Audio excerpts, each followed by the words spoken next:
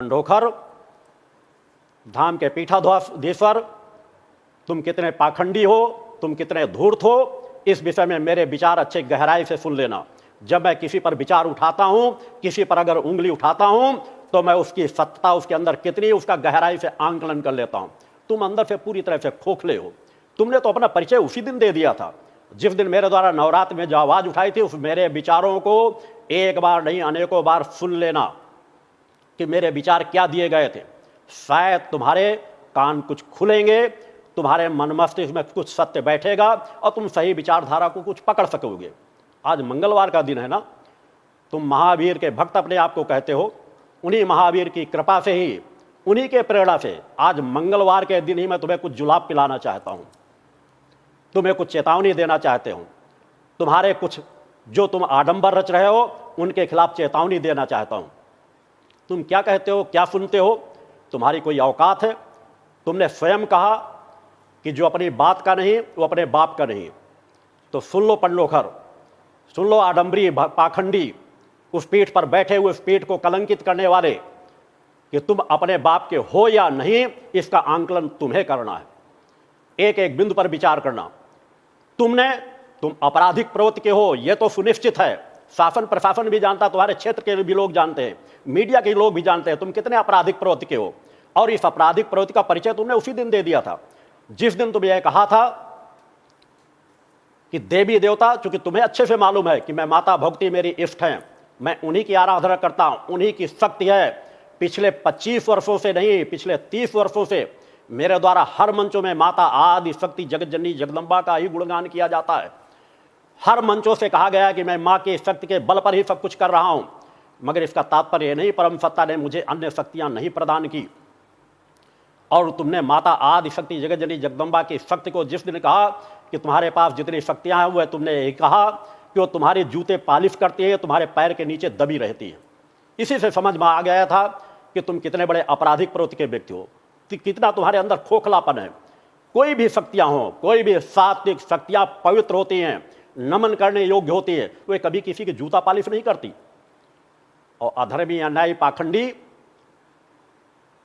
तेरे यहां कितने जूता पालिश करती हैं। इसीलिए तो मैंने जवाब दिया है।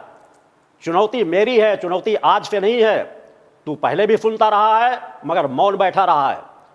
तेरा तब तो तेरे कान में जो आवाज जाती रही है उसकी प्रतिक्रिया तूने क्यों नहीं दी? पिछले 30 वर्षों से मेरे विचार चलते रहे, जिसके बारे में तुमने भी बताया है कि कई बार तुमने ऐसा कहा, तुमने ऐसा कहा। हाँ, मैंने हर मंचों से कहा है, मगर धर्म रक्षार्थ कहा है, किसी गर्व और घमंड से नहीं कहा। मैंने जो चुनौती दी है धर्म रक्षार्थ कहा है, उसके विषय में भी सुन लेना। मगर तूने देवी देवताओं को पैर के में बूट में पालिश करने वाली कहा, पैर के नीचे दबी रहने कहा। बाद में तूने थोड़ा बहुत सुधार जरूर किया, क्योंकि कहीं ना कहीं तुझे अपनी गलतियों को खुद एहसास होता है। तू कहता कुछ है, सुनता कुछ है। वास्तविकता में तेरा मानसिक असंतुलन बिगड़ चुका है। थोड़ा शांत से गहरी नींद ले ले। अगर नींद ना आ रही हो तो किसी डॉक्टर से सलाह ले लेना, थोड़ी नींद ले लेना, फिर विचार करना, फिर मेरे बारे में सोचना कि मेरे पास कितनी शक्तियां हैं, किसकी शक्तियां हैं या नहीं हैं। इसका विचार जब तू करेगा तो तेरी आंखें स्वतः खुल जाएंगी। मैं जब आवाज़ उठाता हूँ तो व्यक्तिगत रंजिश लेकर नहीं उठाता हूँ। तेरी मेरी कोई रंजिश नहीं है, व्यक्तिगत रंजिश नहीं है। मगर तू बता कि मेरी और तेरी, तू पहले एक एक बिंदु से मेरे जवाब ले लेना, मेरे उत्तर सुन लेना। तूने कहा कि शायद मैं शांत होकर के बैठ गया हूँ, चूहे के बिल में घुस करके बैठ गया हूँ। तो तूने मेरी आवाज़ नहीं सुनी। अरे तुझ जैसे एक नहीं सैकड़ों पाखंडी आ जाएंगे, तब भी मैं शेर की दहाड़ रहती है और शेर की तरह दहाड़ता रहूंगा। मैं माता आदि शक्ति जगत जननी जगदम्बा का भक्त हूं। शक्ति पुत्र मेरा नाम है, और यह नाम तुम जैसे पाखंडियों ने नहीं दिया, तुम जैसे धूर्तों ने नहीं दिया। मैं आत्म पथ पर चलता हूं, अपनी कुंडली चेतना की शक्ति पर बोलता हूं, मानवता के कल्याण की दिशा में कार्य करता हूं। असंतुलन तो तेरा बिगड़ा हुआ है। तूने क्या क्या नहीं कहा। तूने पत्थर मारने की बात कहा, तूने चूहे के बिल में बैठ जाने की बात कहा। तुझे जब मालूम ही नहीं तो तू किस प्रकार का तिकालदर्शी है। तुझे ज्ञात होना चाहिए कि मैं अपने किसी शिविर के बाद 3-4 दिन किसी से मुलाकात भी नहीं करता कार्यकर्ताओं के अलावा। मेरे अपने साधनात्मक क्रम होते हैं, साधनात्मक क्रियाएं होती हैं ध्यान साधना की। जिन शिष्यों के कल्याण के लिए मैं आशीर्वाद देता हूं, उनके लिए पहले भी शिविर में और शिविर की पूर्णता के बाद भी शांत एकांत मेरे साधनात्मक क्रम होते हैं। तूने क्या इसको मेरी कमजोरी समझा क्या? तो तुझे मेरे शिष्यों की आवाज नहीं आती रही? तुझे ज्ञात ही नहीं तुझे मुझसे नहीं, मेरे शिष्यों के जवाब देने की सामर्थ्य तुझे नहीं है। अगर मैंने हजारों हजार लाखों लाख शिष्य चेतनावान तैयार किए हैं, तो पहले अगर तुझे निपटने की बहुत गर्मी है तो तू उनसे निपट ले, और उसके बाद कुछ शेष बचे तो इस पावन पवित्र धर्म भूमि पर तेरा स्वागत है। तूने पत्थर मारने की बात कही है, मुंह तोड़ देने की बात कही, लोगों को उकसाने की बात कही। तूने कहा कि पता ही नहीं चलता, अगर कानून न होता, कानून का राज न होता तो कहां उड़ा देता।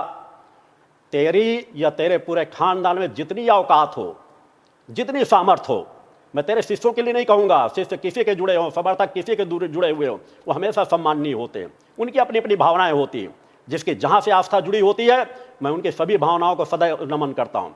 मगर पाखंडी, तेरे विषय में जरूर कहता हूं कि तेरी जितनी औकात हो, तू मुझे समाप्त करने की बात कहता। मेरा भूत भविष्य वर्तमान क्या है, इसका ज्ञाता मैं हूं, मुझे इसका ज्ञान है। और हर मंचों से कहता हूं, जो अपने बारे में जानकारी नहीं रखता, वो दूसरे के बारे में बताने का अधिकार भी नहीं रखता। तू कहता है प्रकृति सत्ता में परिवर्तन नहीं डाला जा सकता, प्रकृति के कार्यों में परिवर्तन नहीं डाला जा सकता। तो क्या हमारी उन सती सवित्री नारियों के बारे में तूने नहीं सुना, जिन्होंने सूर्य की गति को भी रोक दिया था? क्या तूने यह नहीं सुना कि उन्हीं सती सावित्रियों ने ब्रह्मा विष्णु महेश, जिसे हम सब पूजते हैं, जिसे लोकों की रचना करने वाला, किसी को पालन करने वाला, किसी को संहार करने वाला माना जाता है, उन ब्रह्मा विष्णु महेश को भी शिशु रूप में पालने पे झूलने के लिए बाध्य कर दिया था? हमारे ऋषियों मुनियों के बारे में तूने नहीं सुना कि हमारे अगस्त्य मुनि जैसे लोगों ने पूरे समुद्र को चुल्लू में भर करके पी गए थे? अरे तू क्या जानेगा पाखंडी, तू बिकाऊ व्यक्ति है, तुझे कोई भी खरीद सकता है। तू अपने मंचों से स्वयं कहता है कि मैं तो खरीदता, तू ब्राह्मणों के नाम पर कलंक है, तू धर्म के नाम पर कलंक है, तू धर्माधिकारी कहलाने का अधिकारी ही नहीं है। किस प्रकार का ब्राह्मण होता है? ब्राह्मण वह होता है जो दूसरों को ज्ञान देता है, दूसरों को सतमार्ग बताता है, पाखंड नहीं रचता, झाड़ फूंक के कार्य में करने में झूठी क्रियाएं नहीं करता, झूठे क्रम नहीं बताता है। ब्राह्मण कभी भी अपनी शुल्क अपनी फीस के रूप में नहीं लेता। वह ब्राह्मण समाज को ज्ञान देता है, समाज के कार्य करता है, परोपकार के कार्य करता है, पूजा पाठ कराता है, और जो स्वेच्छा से दक्षिणा मिलती उसे लेकर के जाता है। ब्राह्मण पहले किस तरह थे? ज्ञानी हुआ करते थे, परोपकारी हुआ करते थे, तपस्वी हुआ करते थे। मगर तू तो अपनी फीस रखता है, तू तो गरीब अमीर में भेद करता है। तू खुद स्वयं कहता है कि जो पैसा दे दे मैं उसके लिए पहले मिल जाता हूं, पैसा नहीं देगा मेरे पास समय नहीं है। तेरे और यहां के उसमें जमीन आसमान का अंतर है। तू पहले यहां की विचारधारा को देख, समझ, और जिस दिन तू समझ जाएगा तू नतमस्तक होगा। तूने कहा कि बराबरी में बैठने का स्थान दे दो। तेरी औकात क्या है कि तू मेरी बराबरी में बैठेगा? तेरी सामर्थ्य क्या है? झूठे पाखंडी, लोगों को छल करने वाले, मेरे बगल में बैठने की समकक्ष तेरी औकात ही नहीं है। मैं सभी का सम्मान करता हूं। इस देश में अनेकों साधु संत सन्यासी हैं, अनेकों लोग ऐसे हैं जिनके अंदर तपस्यात्मक बल है। एक 5 साल का बच्चा भी अगर सत्य की ताकत रखता है तो सम्मान अपने बगल में नहीं, अपने से भी 5 फीट ऊपर आसन दे दूंगा। मेरे अपने अंदर की स्वयं गर्व और घमंड की स्थिति नहीं। किसी मंच से बैठकर बोलना पड़ता है, इसलिए मंच का पर अपने आप को स्थान देता हूं। तुझे मेरे बारे में क्या मालूम है? तूने लोगों के अंदर ढोंग और पाखंड फैलाया। अरे तेरा तो रहस्य इंडिया टीवी और कुछ और चैनलों ने बहुत पहले खोल रखा था कि तू कितना बड़ा पाखंडी है। वो रिकॉर्डिंग ना हो तो उसको तू अपने आप देख लेना, अपने शिष्यों को दिखा देना। मेरे विषय में लोगों को गुमराह करने की कोशिश मत कर। मेरे शिष्य निष्ठा विश्वास से समर्पण की यात्रा तय करके यहाँ की यात्रा तय कर रहे हैं। तूने कहा कि भदवा के किसी एक व्यक्ति को किसको खड़ा कराया, किसको नहीं खड़ा कराया, क्योंकि मैं तेरी विचारधारा को ज़्यादा शिष्यों द्वारा जो बता दिया जाता है कि ऐसी स्थिति में मैंने कुछ चीज़ों को स्वयं देख करके आंकलन करके, मेरा आंकलन करने की मेरी अपनी स्थिति है। कह दिया कि भदवा में कोई एक व्यक्ति नहीं जुड़ा, एक व्यक्ति नहीं मानने वाला है। मेरी कितनी क्लिपिंग देखेगा? तुझे भी भेज दी जाएगी, मैं अपने शिष्यों से कह दूंगा तुझे भेज देंगे। जब मैं वहां जाता हूं पैर रखने की जगह नहीं रहती। जिस तरह से मेरा स्वागत मेरी जन्मस्थली पे होता है, सैकड़ों लोग दीक्षा प्राप्त मेरे वहां के शिष्य हैं। इस्लाम धर्म के लोग भी मेरे दीक्षा प्राप्त भदवा के शिष्य हैं, एक नहीं 2500 लोग। तू क्या मेरे बारे में जानता है? क्या मेरी जन्मस्थली के बारे में जानता है? कैसा त्रिकालदर्शी है तू? तूने इतना भी देखने की कोशिश नहीं की। और यदि नहीं जानता तो मेरी फिर एक पुनः यात्रा है, उस पर आ जाना, उस पर आकर के भदवा में आकर के देख लेना। उस यात्रा में भी तुझे पता चल जाएगा कि वहाँ पर मेरी क्या स्थिति है। वहाँ भी मेरे द्वारा समाज सेवा के परोपकार के कार्य चल रहे हैं। वहाँ पर भी एक स्थान पर बैठकर लोग महाआरती करते हैं, नशे मान से मुक्त चरित्रवान जीवन जीने का संकल्प लेते हैं। दूर दूर क्षेत्र से आए हुए लोगों को भी वहाँ सतमार्ग प्रदान किया जाता है। तो तू हर बात में झूठ बोलता है, झूठे मक्कार, तुझे कितना ज्ञान है? अगर तू झूठा मक्कार नहीं है तो केवल इस बात को ही प्रमाणित कर दे कि तेरी और मेरी मुलाकात 2001 या 2000 उसके आसपास कहीं हुई, 25 साल नहीं। मैंने कहा मैं जन्म से लेकर के आज तक की बात बता रहा हूं कि तेरी और मेरी मुलाकात कभी नहीं हुई। कैसा त्रिकालदर्शी है? अगर तू अपनी बात का नहीं तो तू अपने बाप का नहीं, इतना निश्चित सोच लेना। तेरा खानदान कैसा होगा उसमें भी आगे विचार रखूंगा, मगर तू अपना स्वयं तूने कहा है, तूने डांट डांट कहा, फिर कभी कुछ कहा, फिर कभी कुछ कहता है। बात तूने प्रारंभ की है अपमानजनक शब्दों का उपयोग करके। मैंने तो सम्मान, मेरे द्वारा हर मंचों से जो कुछ कहा गया है, मैंने अपनी सम्मान चुनौती पेश की। चुनौती क्या है उसको भी इंतजार करते रहना, उसके विषय में भी बताऊंगा। अगर तेरी या तेरे खानदानी की औकात हो तो उस चुनौती को भी स्वीकार कर लेना। तूने नाना प्रकार की कितनी चीजें कहा, तेरी कितनी शरीर में चर्बी बढ़ गई है लोगों से फीस ले लेकर के, कितना तेरे अंदर गर्भ घमंड आ गया है। तूने कहा कि मैं वहीं आकर के, तूने ही कहा है कि मैं वहीं आकर के 10 जगह पे तोड़ दूंगा, हड्डी तोड़ दूंगा। अरे इस शरीर की हड्डियां सामान्य माता पिता की नहीं हैं। मेरे पूज्य पिताजी अपने गृहस्थ के को पुरुषार्थ परिश्रम से आगे बढ़ाते हुए अंतिम चौथे पन में दंडी सन्यासी हुए हैं, दंड सन्यास धारण किया है। आज भी उनकी समाधि इस आश्रम में मौजूद है।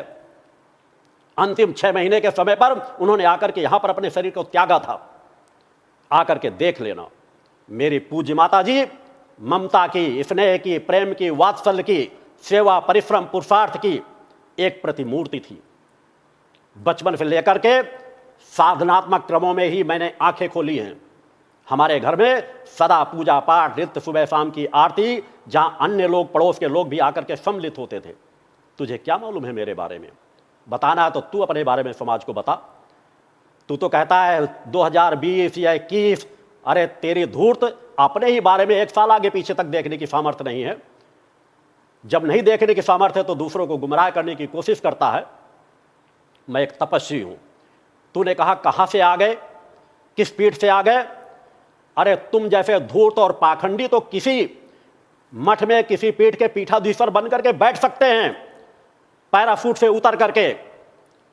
धूर्त सुन ले, मैं योगीराज शक्तिपुत्र हूं, चेतना पुरुष हूं। मैंने अपनी चेतना को जागृत किया है। मैं अपने लिए जीवन नहीं जीता हूं। तुम जैसे लोग उन पीठों में बैठ करके उन पीठों को दूषित कर रहे हो। मैं वह हूं जो नवीन धरती पर शक्तिपीठ की स्थापना करने आया हूं और शक्तिपीठ की मैं स्थापना कर रहा हूं। मैं शक्तिपीठ की स्थापना करके मानवता को प्रदान करता हूं। तुम उन शक्तिपीठों पर बैठ करके उन शक्तिपीठों को भी दूषित करते हो। यह वह भूमि है जिसे अंधियारी कहा जाता था, आज वह उजवारी में बदल चुकी है। मेरा जीवन त्याग, पुरुषार्थ का एक प्रतीक है। इसे तप पे मैंने जलाया है, तप अग्नि में मैंने इसे जलाया है। यज्ञ के समक्ष बैठ कर करके मैंने इसे तपाया है। तू मेरी हड्डियां क्या तोड़ देगा? तू कुछ मुझे क्या पटक देगा? तेरी औकात है, तूने ही कहा है कि मैं वहीं आकर के, तो मैं तुझे चुनौती देता हूं। आ जाना, जब भी आना बता देना, कोई तेरे साथ पत्थर नहीं मारेगा। तू तो पत्थर मारने की बात कहता है, लोगों को उकसाता है, मारने की, पीटने की, पुतले जला देने की। सम्मान तुझे बुलाऊंगा। जब भी आना चाहना इस धरती में आ जाना। अगर पटक पटक कर इस धरती के धूल न चटाया तो मेरा योगीराज शक्तिपुत्र नाम नहीं। मेरा जन्म किसान परिवार में हुआ है। जब तू खर्राटे लेकर सोता रहता है तब मैं रात में जगकर अपनी योग ध्यान साधना की क्रियाएं करता हूं। पिछले 25 वर्षों से मेरे शिष्य साथ हैं। मैंने 2.5-3 घंटे से ज्यादा कभी नींद नहीं ली। 15 वर्ष तो ऐसे गुजरे हैं कि 2.5 घंटे की भी नींद पूरी नहीं हो पाई, 2 से 2.5 घंटे के बीच रही है।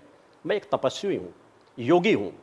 मैं योग की अपने लिए करके मैंने इस शरीर को तपाया है, परोपकार के लिए, पुरुषार्थ के लिए। जीवन के एक एक पल की साधनाएं मैंने समाज कल्याण को समर्पित की है। अगर कार्य करता हूं तो परोपकार के लिए कार्य करता हूं। मेरी आवाज आज से नहीं उठाई जा रही।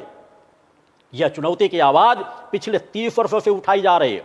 मेरा शंखनाद आज से नहीं चल रहा, पिछले 30 वर्षों से शंखनाद चल रहा है। इस बीच बीच में अनेकों महत्वपूर्ण शंखनाद किए गए। नशा मुक्ति का शंखनाद किया गया, उसका प्रभाव